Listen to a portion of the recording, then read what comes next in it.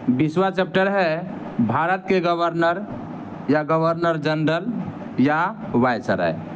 पहला प्रश्न है सती प्रथा को बंद कराने में किसने लॉर्ड विलियम बेंटिंक का सहयोग किया था? तो इसका उत्तर हो जाएगा ऑप्शन डी, राजा राम मोहन राय ने।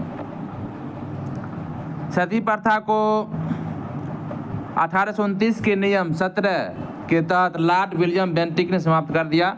इसमें बेंटिंक का सहयोग राजा राम मोहन राय ने किया था। दूसरा प्रश्न है कि भारत के किस गवर्नर जनरल के कार्यकाल में कलकत्ता, बम्बई और मद्रास विश्वविद्यालय स्थापित किए गए थे? ऑप्शन सी हो जाएगा लॉर्ड कैनिंग। लॉर्ड कैनिंग के कार्यकाल में वर्ष 1857 में कलकत्ता, बम्बई, मद्रास विश्वविद्यालय स्थापित किए गए। इन विश्वविद्यालयों की स्थापना वुड डिस्पैच 1854 के आधार पर किया गया था। वुड डिस्पैच लॉर्ड डलहौजी के कार्यकाल में भारत भेजा गया।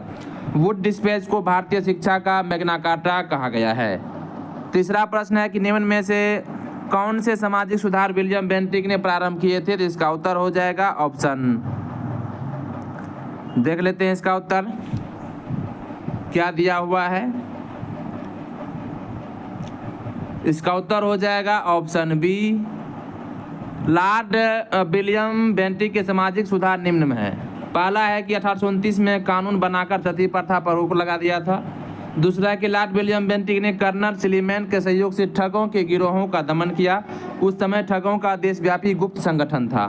तीसरा है कि सन 1832 ईस्वी में धर्म परिवर्तन से होने वाली सभी आयोजनाओं को समाप्त कर दिया गया, जबकि दास प्रथा उन्मूलन बेंटिंक ने नहीं किया था। लॉर्ड एलनबरो ने 1873 के एक्ट 5 द्वारा भारत में दास प्रथा का उन्मूलन किया था। अगला प्रश्न है, चौथा प्रश्न कि किसने सिंध विजित कर उसका अधिकार किया था? इसका उत्तर ऑप्शन सी हो जाएगा, नेपियर ने। सिंध में उत्तराधिकारी के विवाद में अंग्रेजों ने नेपियर के द्वारा इसमें हस्तक्षेप किया और जब अमीरों ने इसका विरोध किया तो उनके विरुद्ध युद्ध शुरू कर दिया। पूरे सिंध ने थोड़े समय में ही आत्मसमर्पण कर दिया। अमीरों को बंदी बनाकर सिंध से निर्वासित कर दिया गया।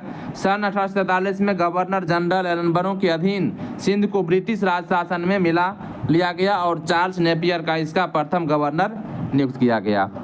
पांचवा प्रश्न है कि दिल्ली दरबार के समय भारत का वायसराय कौन था? तो इसका उत्तर ऑप्शन बी हो जाएगा, लॉर्ड लिटन। प्रथम दिल्ली दरबार का आयोजन 1 जनवरी 1877 को किया गया था। इस समय भारत का वायसराय लॉर्ड लिटन 1876 से 80 था। इस दरबार में महारानी विक्टोरिया को भारत की सम्राज्ञी घोषित किया गया और कैसर ए हिंद की उपाधि प्रदान की गई। दूसरा दिल्ली दरबार 1903 में आयोजित किया गया था। उस समय भारत का वायसराय कर्जन 1899 से 1905 था। और तीसरा दिल्ली दरबार 1911 में आयोजित किया गया था। भारत का वायसराय उस समय हार्डिंग द्वितीय था, जो कि 1910 से 16 तक रहा था। इसी दरबार में बंगाल विभाजन को रद्द करने की तथा भारत की राजधानी को कलकत्ता से दिल्ली स्थानांतरित करने की घोषणा की गई थी। छठा प्रश्न है कि इनमें से किस वायसराय को अंडमान द्वीप समूह में छुरा मारकर मौत के घाट उतार दिया गया था? इसका उत्तर हो जाएगा ऑप्शन सी, लॉर्ड मेयो को। लॉर्ड मेयो 1869 से 72 को अंडमान द्वीप समूह पर शेर अली अफरीदी नामक व्यक्ति ने छुरा मारकर हत्या कर दिया था। सर जॉन लॉरेंस के बाद लॉर्ड मेयो भारत का वायसराय बनकर भारत आए थे। मेयो द्वारा किए गए कार्य हैं 1872 में जनगणना का कार्य प्रारंभ हुआ था। 1872 में कृषि विभाग की स्थापना की थी। 1875 में राजकुमारों के अध्ययन के लिए प्रसिद्ध मेयो कॉलेज की स्थापना अजमेर में की थी। बम्बई और मद्रास में नमक कर में वृद्धि कर दी थी। मेयो ने बजट घाटे को कम कर दिया तथा आयकर की दर को 1% से बढ़ाकर 2.5% कर दिया था। अब अगला प्रश्न है 7 नंबर का कि देशी राज्यों के साथ संबंधों में सर्वोच्चता शक्तियों की सुस्पष्ट रूप से किसने परिभाषित किया? तो ऑप्शन डी हो जाएगा, लॉर्ड कर्जन ने। देशी राज्यों के साथ संबंधों में सर्वोच्चता की शक्तियों को सुस्पष्ट रूप से लॉर्ड कर्जन ने परिभाषित किया। लॉर्ड कर्जन के कार्य की प्रमुख घटनाएं हैं। लॉर्ड कर्जन का भारत में वायसराय के रूप में 1899 से 1905 तक कार्यकाल रहा। कलकत्ता कॉरपोरेशन एक्ट 1899, सहकारी क्रेडिट सोसाइटी अधिनियम 1904, रेलवे आयोग की नियुक्ति 1901, भारतीय विश्वविद्यालय अधिनियम 1904, स्मारक संरक्षण अधिनियम 1904, पुरातत्व विभाग की स्थापना, बंगाल विभाजन 1905। अगला प्रश्न को देखते हैं कि अगला प्रश्न है कि सूची 1 को 2 से मिलाइए। सूचियों के नीचे दिए गए कोड की सहायता से उत्तर का चयन कीजिए। इसका उत्तर दिया हुआ है ऑप्शन डी 2 1 3 4, 2 1 3 4, यानी कि हो जाएगा 2 1 3 4, यानी कि एल्बर्ट बीट लॉर्ड रिपन के समय में, द्वितीय अफगान युद्ध लॉर्ड लिटन के समय में, धार्मिक अयोग्यता अधिनियम लॉर्ड डलहौजी, प्राचीन स्मारक अधिनियम लॉर्ड कर्जन। अब आगे बढ़ते हैं और अगला प्रश्न है कि 9वां प्रश्न कि भारत का प्रथम गवर्नर जनरल कौन था? तो ऑप्शन ई हो जाएगा भारत पर ब्रिटिश शासन का एक व्यापारिक इकाई के रूप में तब शुरू हुआ था जब 31 दिसंबर 1600 ईस्वी को ईस्ट इंडिया कंपनी ने रानी एलिजाबेथ प्रथम से रॉयल चार्टर प्राप्त किया था। चार्टर एक्ट 1833 द्वारा बंगाल के गवर्नर जनरल का पदनाम पुनः बदलकर भारत का गवर्नर जनरल कर दिया गया। भारत के पहले गवर्नर जनरल विलियम बेंटिक थे। यह पद मुख्य रूप से प्रशासनिक उद्देश्यों के लिए था और इसे ईस्ट इंडिया कंपनी के कोर्ट ऑफ डायरेक्टर्स के रिपोर्ट करना था। अब अगला प्रश्न को देखते हैं। अगला प्रश्न है 10 नंबर का कि बंगाल में द्वि शासन प्रणाली किसके द्वारा लागू की गई थी? इसका उत्तर हो जाएगा option c Robert Clive. Bengal में द्वैध शासन की शुरुआत रॉबर्ट क्लाइव ने 1765 ईस्वी में की थी। इसके अंतर्गत कंपनी दीवानी और निजामत के कार्यों का निष्पादन भारतीयों के माध्यम से करती थी, लेकिन वास्तविक शक्ति कंपनी के पास थी। क्लाइव समझता था कि समस्त शक्ति कंपनी के पास है तथा नवाब के पास सत्ता की केवल छाया मात्र है। क्लाइव ने परवर समिति को लिखा था यह नाम यह छाया आवश्यक है तथा उसे इसको स्वीकार करना चाहिए। द्वैध शासन के जनक लियो कार्टिस थे। द्वैध शासन के जनक लियो कार्टिस थे। 11वां की भारत के किस गवर्नर जनरल के कार्यकाल में कलकत्ता, बम्बई और मद्रास विश्वविद्यालय स्थापित किए गए थे? ऑप्शन सी हो जाएगा लॉर्ड कैनिंग। लॉर्ड कैनिंग 1856 से 62 अंग्रेजी ईस्ट इंडिया कंपनी का अंतिम गवर्नर जनरल एवं ब्रिटिश सम्राट के अधीन प्रथम वायसराय था। इसी के कार्यकाल में 1857 में कलकत्ता, बम्बई और मद्रास में विश्वविद्यालयों की स्थापना लंदन विश्वविद्यालय की तर्ज पर हुई थी। 1857 का विद्रोह कैनिंग के काल में हुआ था। भारत उच्च न्यायालय अधिनियम 1861 के अंतर्गत कलकत्ता, बम्बई तथा मद्रास में एक उच्च न्यायालयों की स्थापना की गई थी। अब अगला प्रश्न है और इन्होंने काम किया था विधवा पुनर्विवाह अधिनियम 1856 में। वह भारतीय दंड संहिता का स्थापना 1861 में कैनिंग के ही समय हुई थी। इसके ही काल में नमक पर कर लगाए जाने का सुझाव रखा गया था। 12 ठगों का उन्मूलन किसने किया था? तो ऑप्शन बी हो जाएगा कर्नल सिलीमैन ने। लॉर्ड विलियम बेंटिक ने कर्नल सिलीमैन को ठगों के विरुद्ध कार्रवाई करने के लिए नियुक्त किया। स्थानीय रियासतों को भी इस अधिनियम में सम्मिलित होने के लिए आमंत्रित किया। कर्नल सिलीमैन ने लगभग 1500 ठगों को बंदी बनाया तथा अनेक ठगों को फांसी तथा आजीवन कारावास दिया गया, जिसके चलते 1837 के पश्चात संगठित रूप से ठगों का अंत हो गया था। 13वां है कि अफगानिस्तान के प्रति आक्रमण की नीति किस वायसराय ने अपनाई थी? तो ऑप्शन बी हो जाएगा लॉर्ड लिटन ने। 1862 से 72 ईस्वी तक ब्रिटिश भारत सरकार ने अफगानिस्तान के प्रति तटस्थता की नीति का पालन किया। लॉर्ड लिटन के आते ही अग्रगामी नीति अपनाई गई तथा अमीर शेर अली को शर्तें मानने के लिए राजी कर लिया गया, परंतु परिस्थिति बदलने पर लॉर्ड लिटन ने अफगानिस्तान के विरुद्ध 21 नवंबर 1878 को युद्ध की घोषणा कर दी थी। 14वां प्रश्न है कि ब्रिटिश भारत में किस अधिनियम द्वारा मुसलमानों को पृथक निर्वाचन का अधिकार दिया गया? तो ऑप्शन बी हो जाएगा मार्ले मिंटो सुधार 1909। ब्रिटिश भारत में 1909 के अधिनियम के द्वारा मुसलमानों को पृथक निर्वाचन का अधिकार प्रदान किया गया था। मार्ले मिंटो सुधारों का सबसे बुरा पक्ष था पृथक अथवा सांप्रदायिक निर्वाचन पद्धति की सुविधा मुसलमानों को प्रदान करना। इस सुविधा ने कालांतर में भारत के भावी सार्वजनिक जीवन को विषाक्त कर दिया। वायसराय मिंटो ने लिखा था कि याद रखना कि पृथक निर्वाचन क्षेत्र बनाकर हम ऐसे घातक विष के बीज बो रहे हैं जिसकी फसल बड़ी कड़वी होगी। अगला प्रश्न है 15वां, किस अधिनियम के तहत भारत में हाई कमीशन पद की स्थापना हुई? तो ऑप्शन सी हो जाएगा 1919 का अधिनियम। 1919 का अधिनियम, जिसे मॉन्टेग्यू चेम्सफोर्ड सुधार भी कहा जाता है, के द्वारा भारत का परिषद के सदस्यों की संख्या कम कर 8 व ज़्यादा से ज़्यादा 12 कर दी गई। भारत सचिव के कार्यभार को कम करने के लिए हाई कमीशन की नियुक्ति की गई। इसके द्वारा प्रांतों में द्वैध शासन की स्थापना की गई। 16वां प्रश्न कि भारत का अंतिम वायसराय निम्नलिखित में से कौन था? इसका उत्तर ऑप्शन बी हो जाएगा Lord Mountbatten. Lord Louis Mountbatten ने 15 अगस्त 1947 से 21 जून 1948 तक भारत के अंतिम वायसराय के रूप में कार्य किया। आज़ादी के बाद वे भारत के पहले गवर्नर जनरल बने। स्वतंत्र भारत के अंतिम गवर्नर जनरल सी राजगोपालाचारी थे। भारत का प्रथम गवर्नर जनरल कौन था? इसमें स्टार दिया हुआ है कि रेगुलेटिंग एक्ट 1773 के तहत वारेन हेस्टिंग्स को बंगाल का प्रथम गवर्नर जनरल बनाया गया। राजस्व बोर्ड का गठन, बनारस की संधि, एशियाटिक सोसाइटी ऑफ बंगाल की स्थापना आदि इनके कार्यकाल की प्रमुख घटनाएं हैं। हेस्टिंग्स भारत का एकमात्र गवर्नर जनरल था जिस पर बर्क ने महाभियोग का मुकदमा दायर किया। भारत के प्रथम गवर्नर लॉर्ड विलियम बेंटिक को 1828 से 35 बनाया गया था। अब अगला प्रश्न है, अगला प्रश्न को देखते हैं जो कि इस साइड में है। अगला प्रश्न है कि सती को गैर कानूनी किसने घोषित किया? इसका उत्तर ऑप्शन बी हो जाएगा, विलियम बेंटिक ने। लॉर्ड विलियम बेंटिक को 1828 में भारत का प्रथम गवर्नर जनरल बनाया गया था। सामाजिक सुधारों में बेंटिक का सर्वाधिक महत्वपूर्ण योगदान है। उसने 1829 में सती प्रथा का तथा 1830 में कर्नल सिलीमैन और स्थानीय रियासतों की मदद से ठगी प्रथा को समाप्त किया था। उसने बाल हत्या को भी प्रतिबंधित किया। उसके समय में मैकाले की सिफारिश के बाद अंग्रेजी को शिक्षा का माध्यम स्वीकार कर लिया गया था। 19वां की इंपीरियल कैडेट कॉर्प्स की स्थापना किसने की? ऑप्शन बी हो जाएगा, लॉर्ड कर्जन ने। देसी नरेशों के राजकुमारों के सैनिकों के लिए इंपीरियल कैडेट कॉर्प्स की स्थापना लॉर्ड कर्जन द्वारा की गई थी। किचनर से विवाद के कारण ही इन्होंने त्यागपत्र दे दिया था। कर्जन ने 1903 में कहा कि वायसराय पद से निर्वित होने पर वह कलकत्ता निगम का महापौर होना पसंद करेगा। 20वां प्रश्न है कि पंजाब भूमि हस्तांतरण अधिनियम कब पारित किया गया? तो ऑप्शन सी हो जाएगा, 1900 ईस्वी में। पंजाब भूमि हस्तांतरण अधिनियम 1900 में कर्जन के द्वारा लाया गया था। कर्जन के भारत में आने से पूर्व यहाँ भयंकर अकाल पड़ा था जिससे यहाँ की जनता त्रस्त थी। उसने मैकडोनाल्ड की अध्यक्षता में एक अकाल आयोग गठित किया। उसने यह अधिनियम पारित कराकर किसानों को साहूकारों द्वारा दी जाने वाली बेदखली से बचाया। किसानों को कम ब्याज पर ऋण की सुविधा देने के लिए कृषि बैंक और सहकारी समितियों की स्थापना की। सिंचाई की व्यवस्था को सुधारने के लिए कर्जन ने 1901 में सर मानक्रीफ की अध्यक्षता में एक सिंचाई आयोग नियुक्त किया था।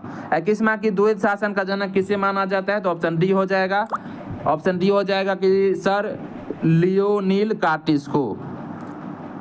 दोहरी व्यवस्था के अंतर्गत प्रशासन, राजस्व वसूली और दीवानी न्याय गवर्नर के पास रखे तथा आंतरिक शांति व्यवस्था, फौजदारी न्याय, अन्य समस्त प्रशासनिक दायित्व नवाब पर छोड़ दिए। इस व्यवस्था से अधिकार एवं उत्तरदायित्व दोनों को अलग कर दिया गया। इसी को द्वैत शासन कहते हैं। द्वैत शासन का जनक सर लियोनील कार्टिस को माना जाता है।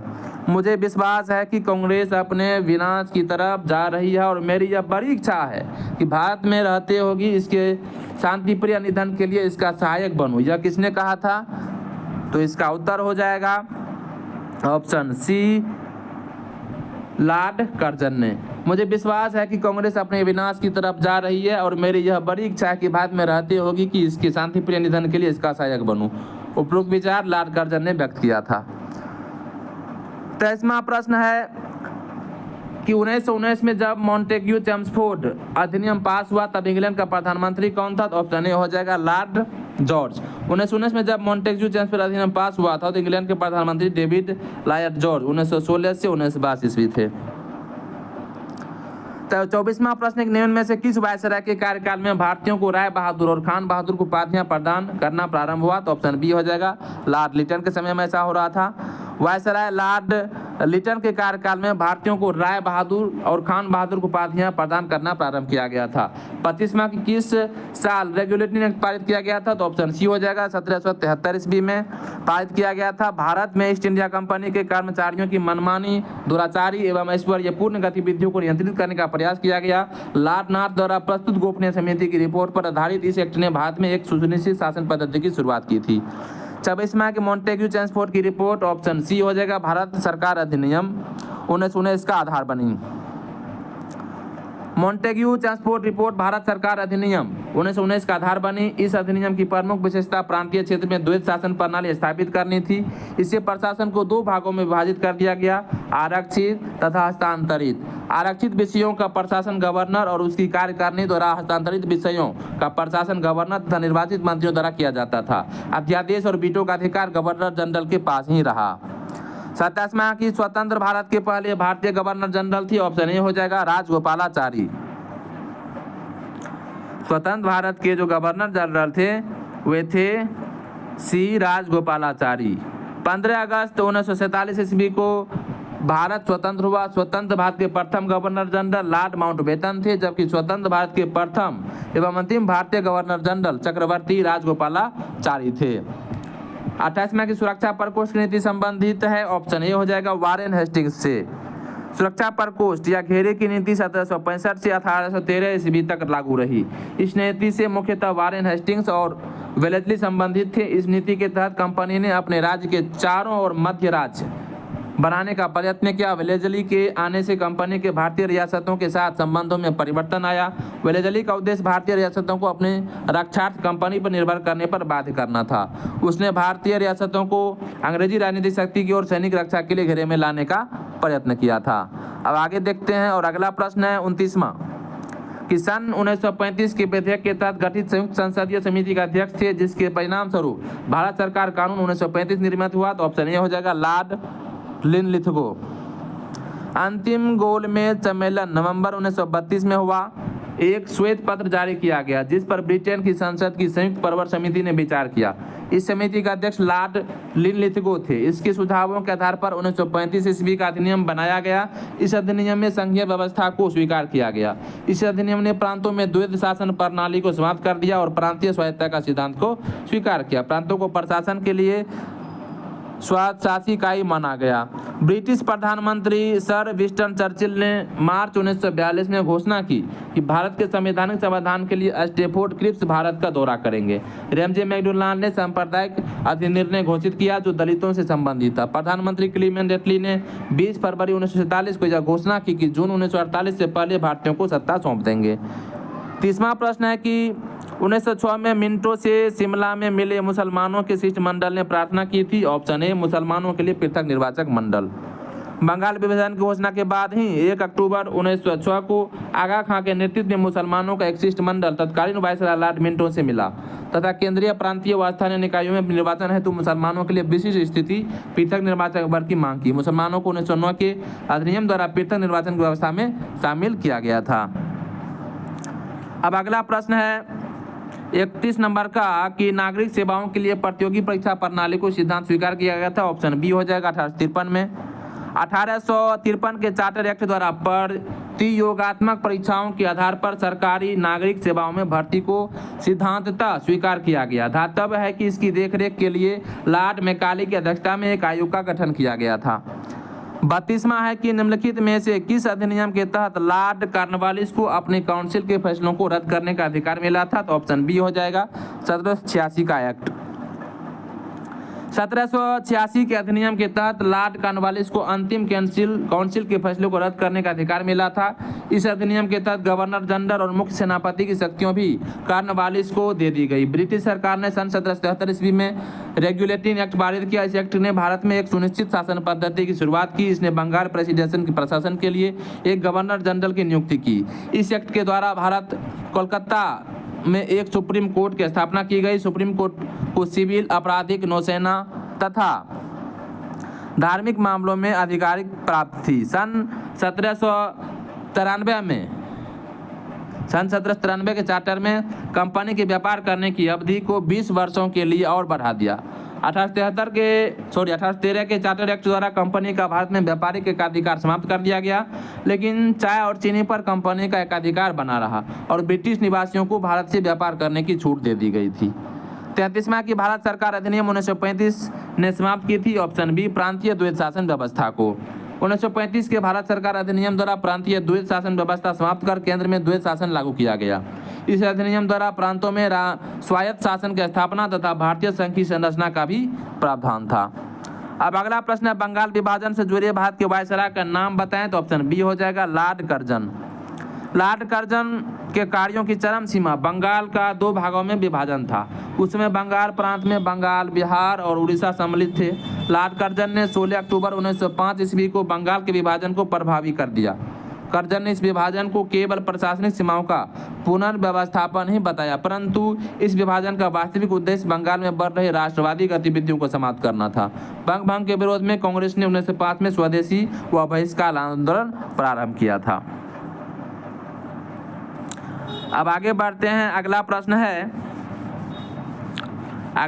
है 35वां कि लॉर्ड वेलेस्ली की सहायक संधि को स्वीकार करने वाला पहला मराठा सरदार था? ऑप्शन ए पेशवा बाजीराव द्वितीय। पेशवा बाजीराव द्वितीय सहायक संधि स्वीकार करने वाला प्रथम मराठा सरदार था। 31 दिसंबर 1802 को अंग्रेजों ने बाजीराव द्वितीय के साथ सहायक संधि किया। लॉर्ड वेलेस्ली का शासनकाल 1798 से 1805 ईस्वी तक था, जिसने सहायक संधि की नीति के द्वारा बहुत से देशी राज्यों को अपने अधीन कर लिया था। 36वां है कि निम्नलिखित में से किसने बंगाल में द्वैध शासन प्रणाली को समाप्त किया? तो ऑप्शन सी हो जाएगा वारेन हेस्टिंग्स। क्लाइव द्वारा बक्सर के युद्ध के पश्चात 1765 में बंगाल में द्वैध शासन प्रणाली लागू किया गया, जिसे 1772 ईस्वी में बंगाल के गवर्नर वारेन हेस्टिंग्स ने समाप्त कर दिया था। वारेन हेस्टिंग्स बंगाल का अंतिम गवर्नर था। 1773 के रेगुलेटिंग एक्ट के तहत वारेन हेस्टिंग्स को बंगाल का प्रथम गवर्नर जनरल नियुक्त किया गया था। 37वां कि स्वतंत्र भारत का अंतिम गवर्नर जनरल कौन था? इसका उत्तर ऑप्शन बी हो जाएगा सी राजगोपालाचारी। स्वतंत्र भारत के प्रथम गवर्नर जनरल लॉर्ड माउंटबेटन थे। स्वतंत्र भारत के प्रथम भारतीय स्वतंत्रता भारत के अंतिम गवर्नर सी राजगोपालाचारी थे। 38वां है कि रेगुलेटिंग एक्ट के प्रावधानों के अंतर्गत बिहार के लिए एक प्रांतीय सभा की स्थापना हुई थी। तो ऑप्शन बी हो जाएगा 1774 ईस्वी में। रेगुलेटिंग एक्ट का उद्देश्य भारत में ईस्ट इंडिया कंपनी की गतिविधियों को ब्रिटिश सरकार की निगरानी में लाना था। इसके अतिरिक्त कंपनी की संचालक समिति में आमूलचूल परिवर्तन करना तथा कंपनी के राजनीतिक अस्तित्व को स्वीकार कर उसके व्यापारिक ढांचे को राजनीतिक कार्यों के योग्य बनाना था। इसको 1773 ईस्वी में ब्रिटिश संसद ने पास किया था तथा 1774 ईस्वी में इसे लागू किया गया। इस एक्ट के प्रावधानों के अंतर्गत सन 1774 में बिहार के लिए एक प्रांतीय सभा की स्थापना की गई। 39वां कि 1878 ईस्वी का वर्नाक्यूलर प्रेस एक्ट किसने रद्द कर दिया था? तो ऑप्शन ए हो जाएगा लॉर्ड रिपन ने। 1878 ईस्वी का vernacular press act Lord Ripon ने 1882 ईस्वी में रद्द कर दिया था। 1878 ईस्वी में लिटन ने वर्नाक्यूलर प्रेस अधिनियम पारित कर भारतीय समाचार पत्रों पर कठोर प्रतिबंध लगा दिया था। इस एक्ट के अंतर्गत अनुचित प्रकाशन को रोकने के लिए मजिस्ट्रेटों को व्यापक अधिकार मिल गए थे। अब अगला प्रश्न है 40वां कि प्राचीन स्मारक संरक्षण अधिनियम 1904 किस गवर्नर जनरल के समय पारित हुआ था? तो ऑप्शन सी लॉर्ड कर्जन के समय में। कर्जन इतिहास एवं पुरातत्व का विद्वान था। उसने प्राचीन स्मारकों की रक्षा हेतु 1904 ईस्वी में प्राचीन स्मारक संरक्षण अधिनियम पारित किया और भारत में प्राचीन स्मारकों की मरम्मत के लिए 50,000 पाउंड निश्चित किया था। 41वां प्रश्न है कि भारत का संविधान किसके द्वारा ग्रहण किया गया? तो ऑप्शन सी हो जाएगा संविधान सभा के द्वारा। भारत का संविधान सभा के द्वारा ग्रहण किया गया था। संविधान सभा का गठन कैबिनेट मिशन योजना के तहत हुआ था। जुलाई 1946 में संविधान सभा की प्रथम बैठक हुई थी। 42वां कि बंगाल विभाजन किसके समय उलट दिया गया था? तो ऑप्शन बी हो जाएगा लॉर्ड हार्डिंग के समय में। 12 दिसंबर 1911 को दिल्ली दरबार का आयोजन किया गया था। इस समय लॉर्ड हार्डिंग वायसराय था। दिल्ली दरबार में ही बंगाल विभाजन को रद्द किया गया और कलकत्ता से दिल्ली राजधानी स्थानांतरित की गई थी। 43वां प्रश्न है कि पिट्स इंडिया एक्ट ब्रिटिश संसद द्वारा कब पारित हुआ था? तो ऑप्शन सी हो जाएगा 1774 ईस्वी में। ब्रिटिश संसद ने कंपनी के ऊपर अपने प्रभाव को और मजबूत करने के उद्देश्य से 1774 ईस्वी में पिट्स इंडिया एक्ट पारित किया गया। इसमें कंपनी के व्यापारिक एवं राजनीतिक क्रियाकलाप को एक दूसरे से अलग कर दिया गया था। अब अगला प्रश्न है 44वां कि द्वैध शासन जिसके अंतर्गत प्रांतीय कार्यपालिका का 2 भागों में विभाजन हुआ था प्रतिफल था। इसका उत्तर ऑप्शन बी हो जाएगा मॉन्टेग्यू चेम्सफोर्ड सुधार का। 1919 ईस्वी के अधिनियम को मॉन्टेग्यू चेम्सफोर्ड सुधार कहते हैं क्योंकि इस अधिनियम के जन्मदाता भारत सचिव मॉन्टेग्यू और भारत में गवर्नर जनरल चेम्सफोर्ड थे। इस अधिनियम की मुख्य विशेषता एक में प्रांतों में उत्तरदायी सरकार की स्थापना के लिए द्वैध शासन व्यवस्था की शुरुआत। दूसरा था प्रांतीय विषयों को 2 भागों में विभाजित किया गया, क में आरक्षित विषय, ख में हस्तांतरित विषय। आरक्षित विषय के अंतर्गत कानून एवं व्यवस्था, वित्त, भू राजस्व, सिंचाई, खनिज संसाधन सम्मिलित है, जबकि हस्तांतरित विषय के अंतर्गत शिक्षा, स्वास्थ्य, स्थानीय प्रशासन, उद्योग, कृषि सम्मिलित थे। तीसरा कि लोक सेवा आयोग का गठन किया गया था। अब आगे बढ़ते हैं और अगला प्रश्न को देखते हैं।